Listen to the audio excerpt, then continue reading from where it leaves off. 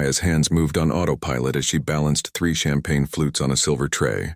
She'd done this 1,000 times before. Walk slowly, smile politely, become invisible. That was the unspoken rule at the Grandeur, Manhattan's most exclusive private club. The members didn't want to see the staff. They wanted their drinks to appear magically, their plates to vanish silently, and their conversations to remain undisturbed by the reality that actual people were serving them. It was a Tuesday evening, which meant the usual crowd. Men in suits that cost more than her yearly rent. Women dripping in jewelry that could have paid off her student loans 3 times over. They laughed about their vacation homes in the Hamptons while Maya calculated whether she could afford both groceries and her electricity bill this month. The answer was usually no to one of them. She set down the champagne glasses at table 7 without making eye contact. One of the men didn't even pause his conversation. His hand just reached out automatically, assuming the glass would be there. It always was. "Thank you," a woman's voice said softly.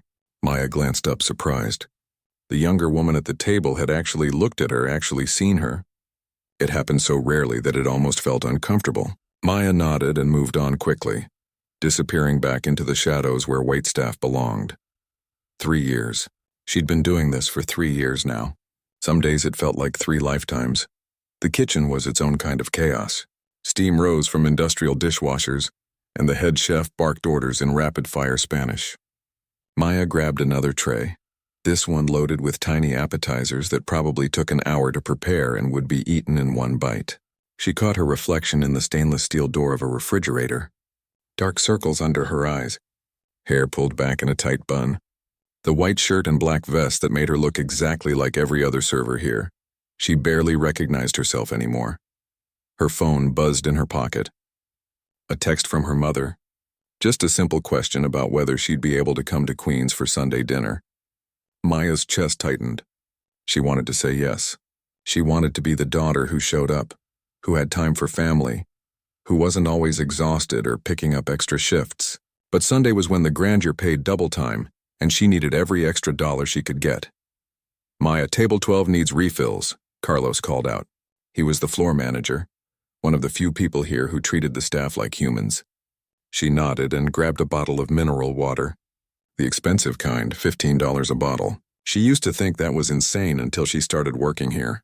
Now nothing surprised her anymore. As she made her rounds, pieces of conversation floated past her ears. Stock market tips, political gossip, someone's daughter getting into Yale. Normal problems, she thought bitterly. The kind of problems you had when you didn't worry about making rent or whether your mom could afford her medication. The thing was, Maya hadn't always been here. She hadn't always been invisible. There was a time when she'd stood in front of crowds, when people had actually watched her, listened to her. When her hands had created something beautiful instead of just carrying things for other people. But that felt like a different life now. A different version of herself that she'd buried deep down because remembering hurt too much. Her tiny studio apartment in Washington Heights had exactly 1 window, and it faced a brick wall. But it was hers, even if the rent took almost everything she earned. She'd come home after midnight, peel off her uniform and collapse into bed too tired to even shower most nights. The routine was numbing. Wake up, work, sleep, repeat. But there was something under her bed that she couldn't quite bring herself to throw away or sell, even though she probably should have. A case, black and worn at the edges. She hadn't opened it in months, maybe longer. Sometimes late at night when she couldn't sleep, she'd think about it lying there in the darkness just a few feet away. A reminder of everything she'd given up. Her father used to say she had a gift. He'd worked 2 jobs to pay for her lessons, sitting in the back of recital halls with this proud smile on his face that made all the practice worth it. When the acceptance letter from Juilliard came, he'd cried. Actually cried. Maya had never seen her father cry before. That was 5 years ago. The medical bills started coming 3 months after the acceptance letter. Stage 4 pancreatic cancer, the doctors said. Very aggressive. Very expensive. Insurance covered some of it, but there was always more. Treatments that insurance called experimental. Medications that cost thousands. Her mother worked as a home health aide, but it wasn't enough. It was never going to be enough. Maya had made the decision quickly, maybe too quickly. She'd deferred Juilliard for a year. Then another year. Then it didn't matter anymore because her father was gone and the debt remained. a mountain of paper and numbers that followed them everywhere. Her mother had wanted her to go anyway, insisted she shouldn't sacrifice her dreams. But Maya couldn't do it. She couldn't pursue her passion while her mother drowned in bills that should never have existed in the first place. So she'd found work, first as a restaurant hostess, then as a server, and finally at the Grandeur, where the tips were good enough to actually make a dent in what they owed. Every month she sent money to Queens. Every month the number got a little smaller. It would take years, maybe a decade, but she'd pay it off eventually. The price was just her future. "That was all. You okay?" Carlos asked during her break. She was standing in the staff hallway staring at nothing. "Yeah, just tired," she lied. She was always tired. He studied her for a moment with that concerned look he sometimes got. Carlos had worked at the Grandeur for 15 years. He'd seen dozens of young people come through, working these jobs while chasing bigger dreams. Most of them eventually moved on. Some didn't. "You're a good worker, Maya. Don't forget you're more than this, okay?" She nodded, not trusting herself to speak. The kindness was almost harder to take than the invisibility. Back on the floor, the evening continued. More drinks, more plates, more invisible service. Through the windows, she could see the Manhattan skyline glittering like a promise that had nothing to do with her. All those lights, all those buildings, all those lives being lived up there in the sky while she moved through the shadows below. As she cleared plates from a table, she overheard the staff discussing tomorrow night, the annual charity gala. It was the biggest event of the year, where the richest members gathered to throw money at causes that made them feel good about their wealth. There would be speeches and awards and entertainment. A famous musician was flying in from somewhere in Europe to perform. Maya felt that familiar ache in her chest, the one she'd learned to ignore. Music. She used to live and breathe it. Now she just heard it occasionally in elevators and didn't let herself feel anything about it. She finished her shift at 11, changed in the cramped staff room, and walked to the subway. The train was nearly empty, just a few other tired faces heading home from late shifts. Maya leaned her head against the window and watched the darkness of the tunnel rush past. Tomorrow would be the same as today, and the day after that. And the day after that, she'd accepted this. She'd made peace with it, or at least that's what she told herself as she climbed the stairs to her apartment, past the case under the bed, and into a dreamless sleep. The morning of the gala, Maya woke up to 17 missed calls from work. Her heart jumped. In 3 years, they'd never called her this early. Something was wrong. Carlos answered on the first ring. "Maya, thank God, can you come in early? We need all hands on deck. This event is turning into a nightmare." She was there by noon, 4 hours before her shift usually started. The Grandeur was buzzing with an energy she'd never seen before. Florists rushed past with elaborate arrangements. The sound crew was setting up speakers and microphones on the main stage. Event coordinators shouted into headsets while checking clipboards frantically. "What's going on?" Maya asked another server, a college student named Tony who usually worked weekend shifts. "The big gala tonight. Apparently it's complete chaos. Something about the entertainment falling through." Maya tied her apron and got to work. There were tables to set, linens to arrange, and about 1,000,000 tiny details that needed handling. The charity gala was always big, but this year felt different. She'd heard the tickets were $10,000 each. $10,000. That was more than half of what she made in an entire year, and people were paying it just to attend a dinner party. As she folded napkins into intricate shapes, she caught pieces of stressed conversations around her.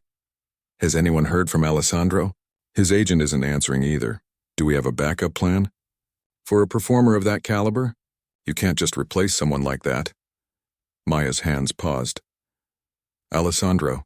She knew that name. Alessandro Moretti, the Italian violinist. She'd watched his videos online years ago, back when she still let herself watch those things. He was extraordinary, a true master. And apparently, he was supposed to perform tonight. By 3 o'clock, the tension in the building had reached a breaking point. Mr. Hendricks, the club's director, was pacing in the hallway outside the kitchen, his phone pressed to his ear.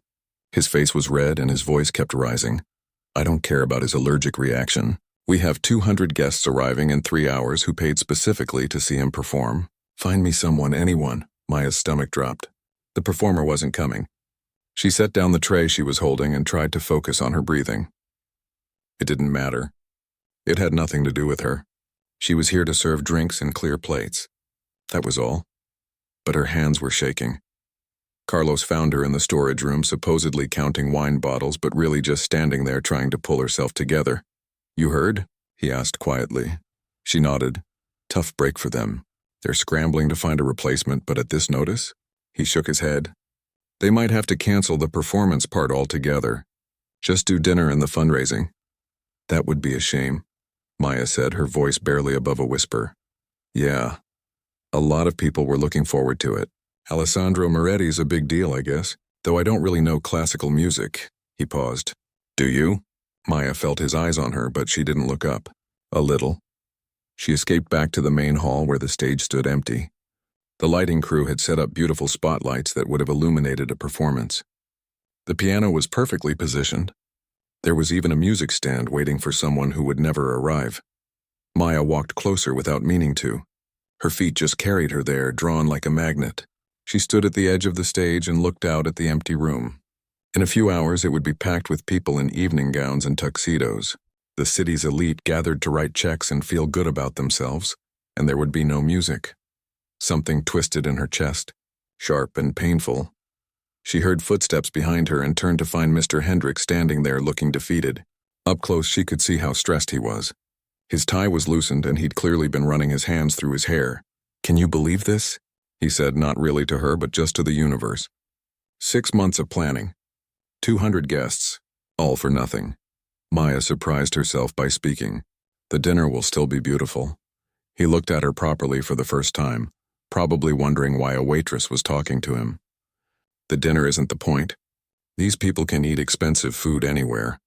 They came for Alessandro Moretti. They came for the music. Her mouth went dry. Have you tried finding a local musician? At 4 hours' notice? Anyone good enough for this crowd is already booked or out of our price range. He laughed bitterly. I've called every booking agent in the city. It's impossible. Maya should have walked away, should have gone back to the kitchen, back to her job, back to being invisible. Instead, she heard herself say, what if you had someone? What? Her heart was pounding so hard she thought he might hear it. A performer. What if you had someone who could play? Mr. Hendricks studied her with confusion, turning slowly to suspicion. Do you know someone? This was insane. She was about to ruin everything. Her job, her reputation, her carefully maintained invisibility. But the words came out anyway. I can play. The violin. I studied it. She stopped. I can play. The silence that followed felt like an eternity. Mr. Hendricks's expression went through several changes. Disbelief. Then something that might have been hope. Then skepticism. You're serious? Yes. You play violin? Yes. He looked her up and down, taking in her server's uniform, her tired face, her trembling hands. She could see him calculating the risk. A nobody waitress versus no performance at all. What's your training? He asked carefully. I was accepted to Juilliard. The words hurt to say. I studied for 12 years before that. I can play. She watched him war with himself. It was written all over his face. This could be a disaster. She could be lying or delusional. She could get on that stage and embarrass everyone. But what choice did he have? If you're wasting my time, I'm not. Can you prove it? Right now? Maya's throat tightened. I'd need to get my instrument. It's at my apartment. How far? Washington Heights. I could be back in an hour, maybe less. Mr. Hendricks checked his watch. It was already past 3:30. Guests would start arriving at 6. He pulled out his phone and made a call, turning slightly away from her. Robert, I might have a solution, but I need you to trust me on this. A pause. No, not a professional, just trust me. Give me 90 minutes. He hung up and looked at Maya with an expression she couldn't quite read. You have one chance. One.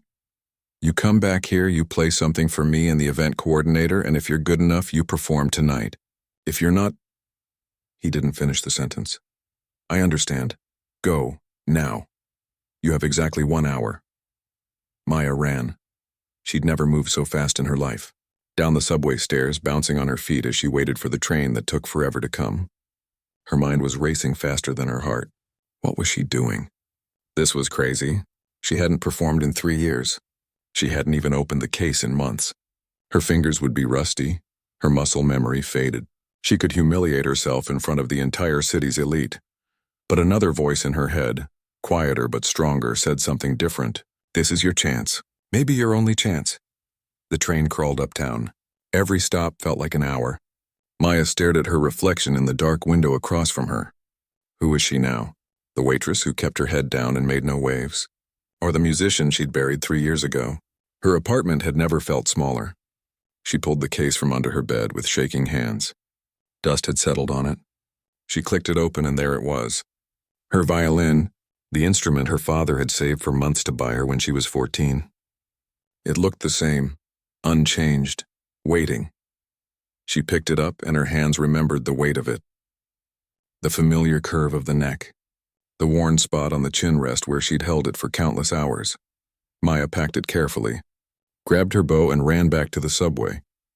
On the train back downtown, she held the case against her chest like a shield, or maybe like a lifeline. Her whole body was shaking now.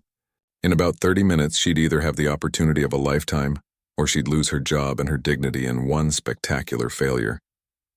The doors opened at her stop. Maya stepped onto the platform and headed back to the grandeur, carrying everything she'd once been and everything she might become again. Maya walked back into the grandeur at 4:45. She was sweating, out of breath, and clutching her violin case like her life depended on it. Maybe it did. Mr. Hendricks was waiting in the hallway with another man in an expensive suit. The event coordinator, probably. Both of them looked at her with expressions that mixed hope and doubt in equal measure. "You're back," Mr. Hendricks said, checking his watch. "Cutting it close. I'm sorry." "The train, never mind. This is Robert Chen, our head event coordinator. He needs to hear you play. Right now." They led her to a small private room away from all the preparation chaos. Someone had brought in a chair. The lighting was harsh and fluorescent, nothing like a real performance space. Maya's hands fumbled with the case latches. "What are you going to play for us?" Robert asked. His tone was professional but skeptical. She couldn't blame him. Zigeunerweisen by Sarasate. Her voice came out steadier than she felt. Both men exchanged a glance. Robert raised his eyebrows. "That's ambitious." "It's what I know best." It was also one of the most technically difficult pieces in the classical repertoire, but she didn't say that part. They'd figure it out soon enough, one way or another. Maya lifted the violin from its case. Her fingers trembled as she tightened the bow and applied rosin. The familiar smell brought back a flood of memories. Her father sitting in the back of recital halls. Her teacher's patient corrections. The way music used to make her feel like she was flying.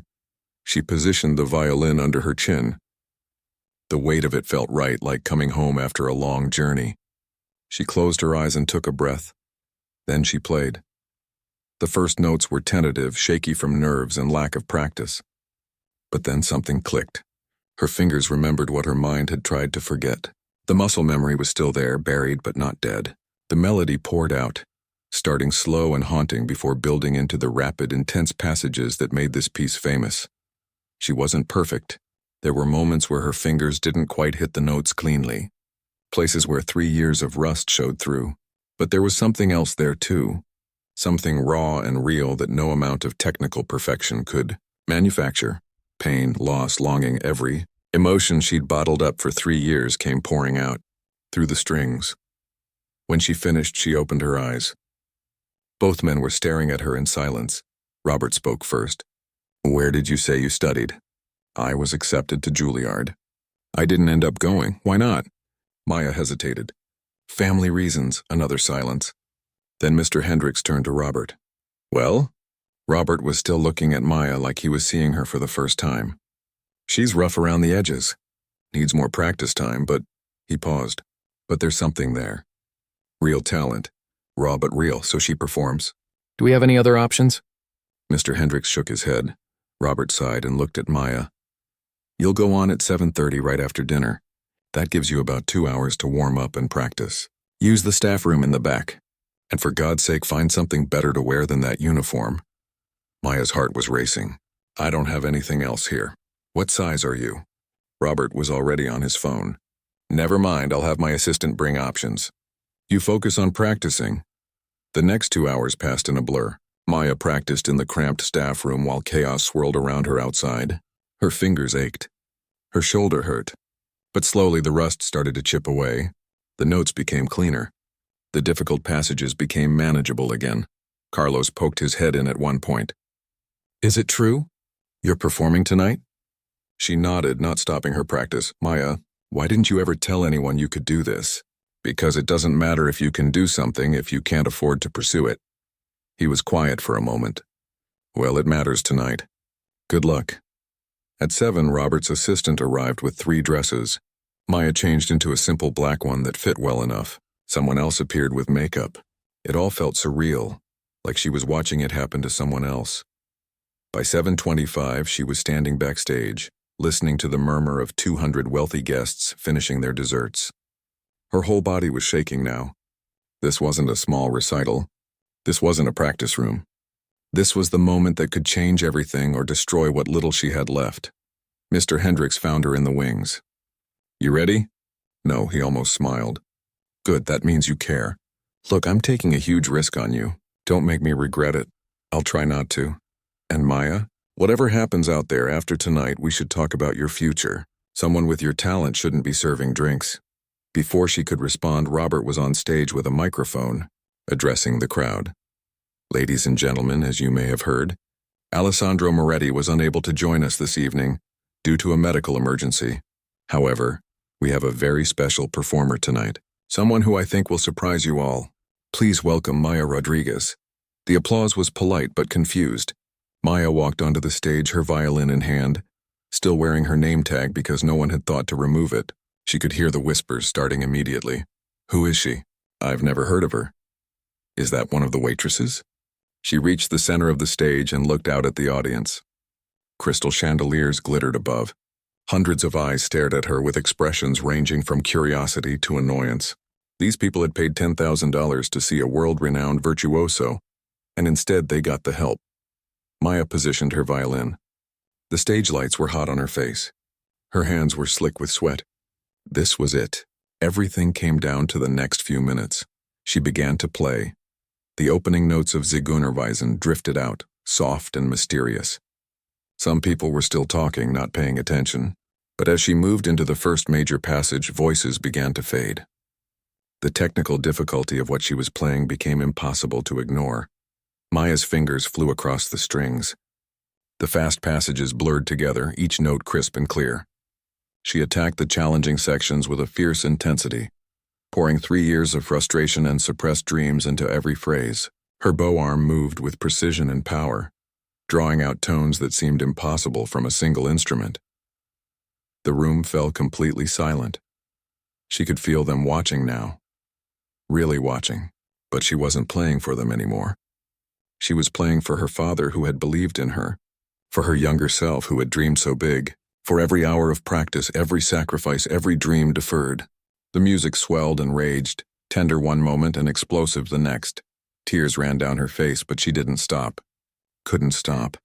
This was everything she was, everything she'd given up, everything she still hoped to be, all condensed into 5 minutes of sound.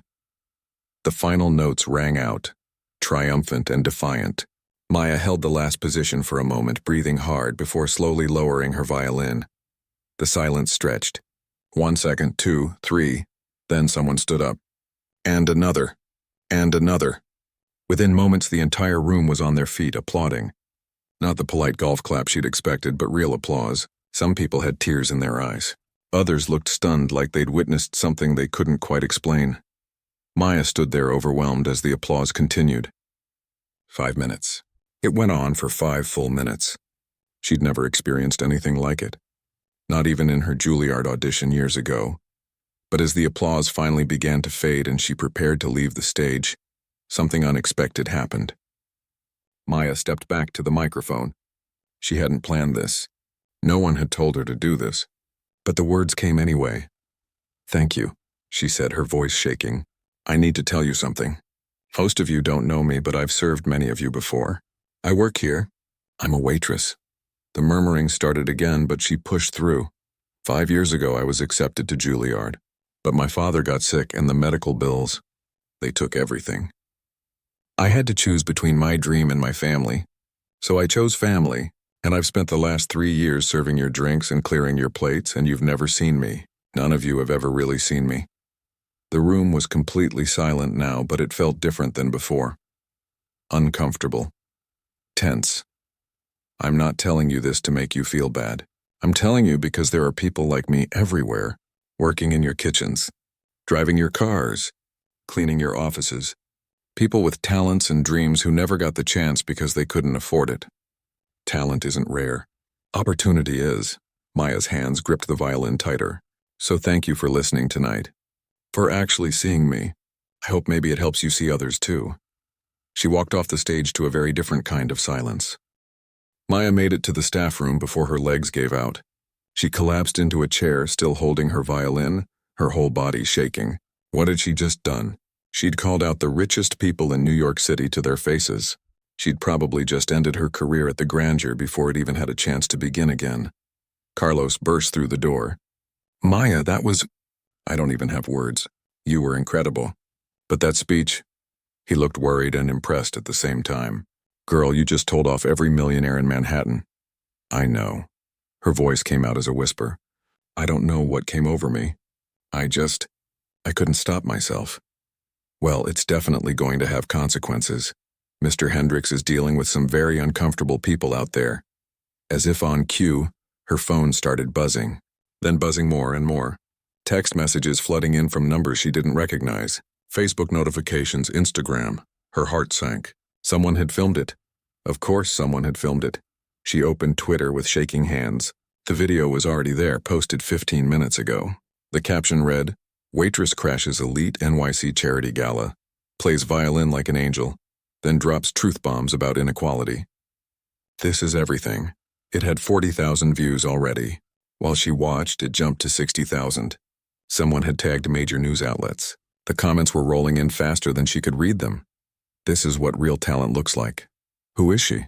Someone sign her immediately. The way she called them out at the end. Queen. This is why we need better access to arts education. But there were other comments too. Ungrateful. They gave her a chance and she insulted them. So dramatic. Just play the music and be thankful. Another millennial looking for attention. Maya set the phone down before she could read more. Her hands were still trembling. In the space of 20 minutes, she'd gone from invisible waitress to internet sensation. She wasn't sure which was more terrifying. There was a knock on the door. Tony, the other server, poked his head in. Maya, there are people asking for you. Reporters, I think. And Mr. Hendricks needs to see you right away. This was it. She was fired. She gathered her violin and walked to Mr. Hendricks's office like she was walking to her own execution. He was standing by the window, looking out at the city lights. When he turned around, his expression was unreadable. That was quite a performance, he said quietly. I'm sorry. The speech wasn't planned. I shouldn't have. He held up a hand. You made several of our wealthiest members very uncomfortable tonight. 3 people have already complained. They said it was inappropriate and unprofessional. Maya's stomach dropped. I understand. I'll clear out my locker. I'm not finished. He walked closer. Those 3 people complained. But do you know how many people have called in the last half hour wanting to know who you are? 17. That includes 2 orchestra directors, a booking agent, and someone from the New York Times. She stared at him. What? Your video is everywhere. Absolutely everywhere. My phone hasn't stopped ringing. He paused. You know what the ironic thing is? This charity gala was supposed to raise money for arts education.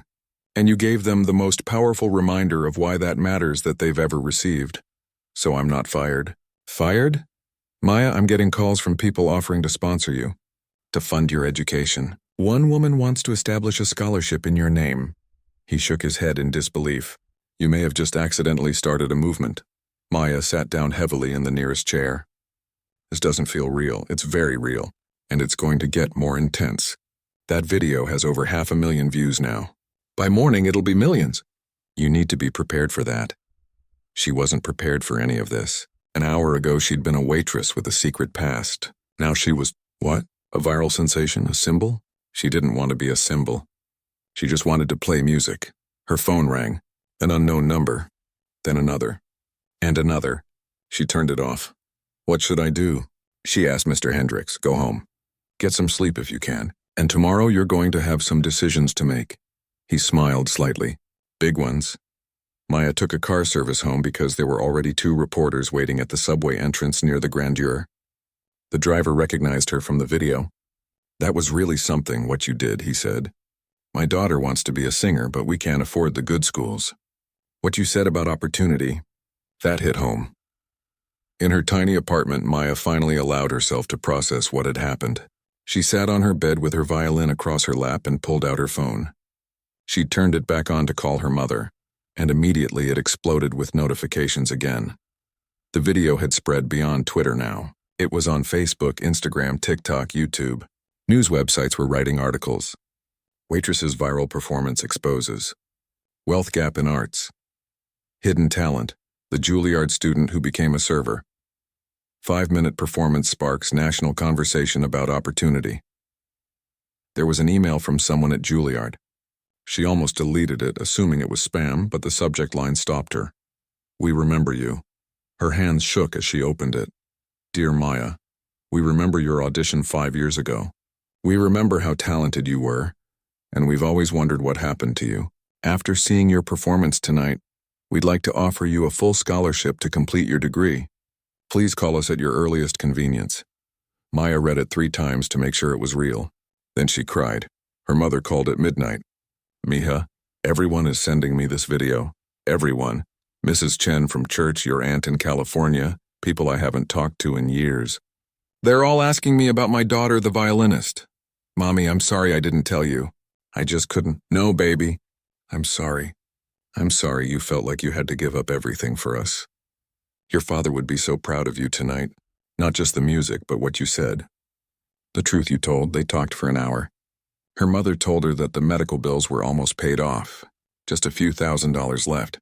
Maya realized with a start that she'd been carrying this burden for so long, she'd forgotten to check if it was almost over. By 2 in the morning, the video had 3 million views. News channels were talking about it. Musicians were sharing it. People were posting their own stories about talents they'd had to abandon, dreams they couldn't afford to pursue.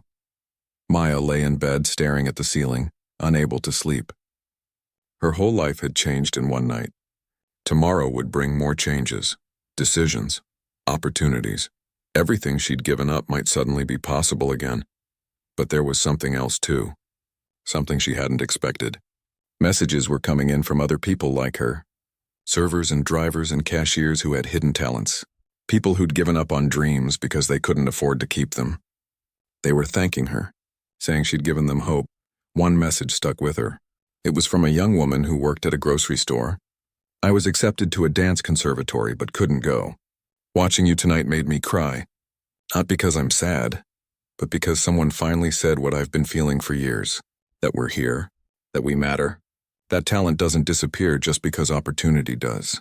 Thank you for being brave enough to say it." Maya got out of bed and opened her laptop. She started writing an email to Juilliard. Yes, she wanted the scholarship. Yes, she was ready to try again. But she also wrote something else. She proposed an idea, a program to identify talented students who'd had to give up their dreams for financial reasons, a second chance program. She didn't know if they'd go for it, but she had to try. As the sun started to rise over Washington Heights, Maya finally fell asleep, still in her black performance dress. Her violin safe in its case beside her bed. Outside her window, the city was waking up. Her phone continued to buzz with notifications. The video continued to spread. And somewhere out there, other people like her were watching it and wondering if maybe, just maybe, it wasn't too late for their own dreams. The waitress who took the stage had become something she never intended to be. A voice, a catalyst, a reminder that talent was everywhere, if only people chose to see it. And tomorrow she'd have to figure out what to do with that responsibility. 6 weeks after the performance, Maya stood in front of a practice room at Juilliard, her hand on the door handle. She'd been accepted back. Full scholarship, housing stipend. Everything she'd dreamed of 5 years ago was suddenly real again. But it felt different now. She felt different. The morning after the gala, she'd woken up to 200 unread emails, record labels, concert promoters, talk show producers. Everyone wanted a piece of the viral Waitress story. At first it was overwhelming. Then it became exhausting. Then it became clear that most of them didn't actually care about her music. They cared about the narrative, the rags to riches angle, the underdog story. One email was different, though. It came from a woman named Dr. Patterson, who ran a foundation dedicated to arts education. She wasn't offering Maya money or fame. She was offering her a partnership. "Your story has opened a door," Dr. Patterson had written. "But doors don't stay open by themselves.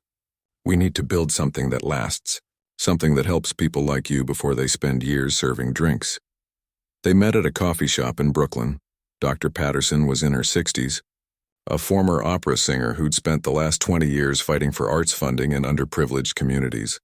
"I'm not interested in making you famous," she'd said bluntly. "I'm interested in using this moment to create real change." "Are you?" Maya had said yes before she even fully understood what she was agreeing to. That's how the Second Chance Arts Initiative was born. It started with 12 people, 12 adults who'd given up their artistic dreams for financial reasons, a dancer who drove for a delivery service, a painter working construction, a pianist teaching elementary school while drowning in student debt. People who'd been invisible just like Maya. The foundation provided them with scholarships, stipends, and connections. But more than that, it gave them community, a space where their struggles were understood, where their lost years weren't seen as failures but as proof of their dedication. Maya helped interview every applicant personally. She knew what questions to ask because she'd lived the answers. She could spot real talent hidden behind exhaustion and disappointment because she'd seen it in her own mirror for 3 years. Now, standing outside this practice room at Juilliard, Maya was about to resume her own education. She was 28 years old, surrounded by students fresh out of high school. It should have felt awkward, but it didn't.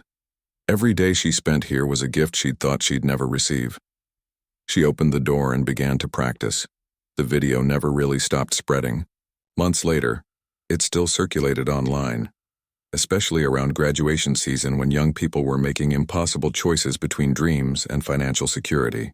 Maya's inbox continued to fill with messages from people who saw themselves in her story. She tried to respond to as many as she could, but it was impossible to keep up. Instead, she started something else. Once a week, she went back to the grandeur. Not to serve, though they'd offered her a special position if she wanted it. She went to perform. Mr. Hendricks had created a new tradition. Every Thursday night, the main dining room featured a performance by someone from the Second Chance Initiative. Artists who'd been invisible finally being seen. The club members actually showed up for it, some of them because they'd been moved by Maya's original performance, others because it was the fashionable thing to do now. Maya didn't care about their motivations as long as they listened. Carlos still worked there. He'd become something of a mentor to the performers, helping them navigate the strange world of performing for wealthy audiences. "Just remember," he'd tell them, "you're not performing for their approval. You're performing to remind them that people like us exist." On one particular Thursday evening, 6 months after the viral performance, Maya arrived at the grandeur with her violin. The place looked the same, but everything felt different. She walked through the staff entrance out of habit and found herself in the kitchen. The cooks greeted her warmly. "Ay, la famosa," one of them called out, laughing. They were proud of her, but they also teased her relentlessly. It kept her grounded. Tonight was special, though. Tonight wasn't just her weekly performance. Tonight she was introducing someone new, a young man named David who'd been working as a barista, while his cello sat unused in storage. He had auditioned for the initiative last month, and Maya had immediately known he deserved a chance. She found him backstage, pale and shaking. She remembered that feeling so clearly it almost hurt. "I can't do this," he said. "What if I'm not good enough?" "You are good enough. I've heard you play." Maya sat beside him. "But even if you weren't, you'd still deserve this moment. You deserve to be seen. What if they don't like it? Then they don't like it. But you'll know you tried. That you didn't let fear make you invisible forever." She paused. "That's what I was, you know. Before that night. Invisible by choice because it felt safer. Does it get easier? Honestly? No. I still get nervous before every performance. But it gets more worth it. Every single time." David performed beautifully that night. Not perfectly, but with heart. The audience responded the way they'd learned to respond over these months. With genuine appreciation. With recognition that they were witnessing something valuable. After his performance, Maya joined him on stage. They played a duet she'd arranged specifically for this moment.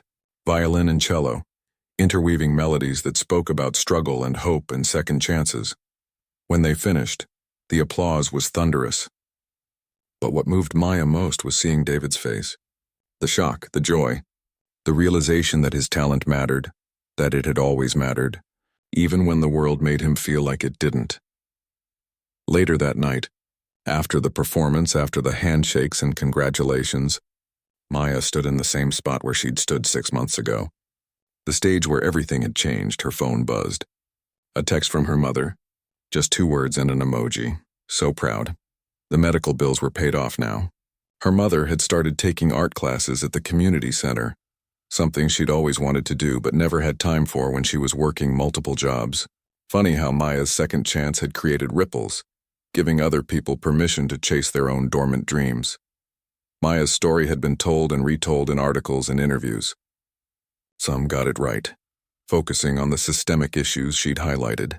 Others sensationalized it, making it about her individual triumph while missing the bigger point.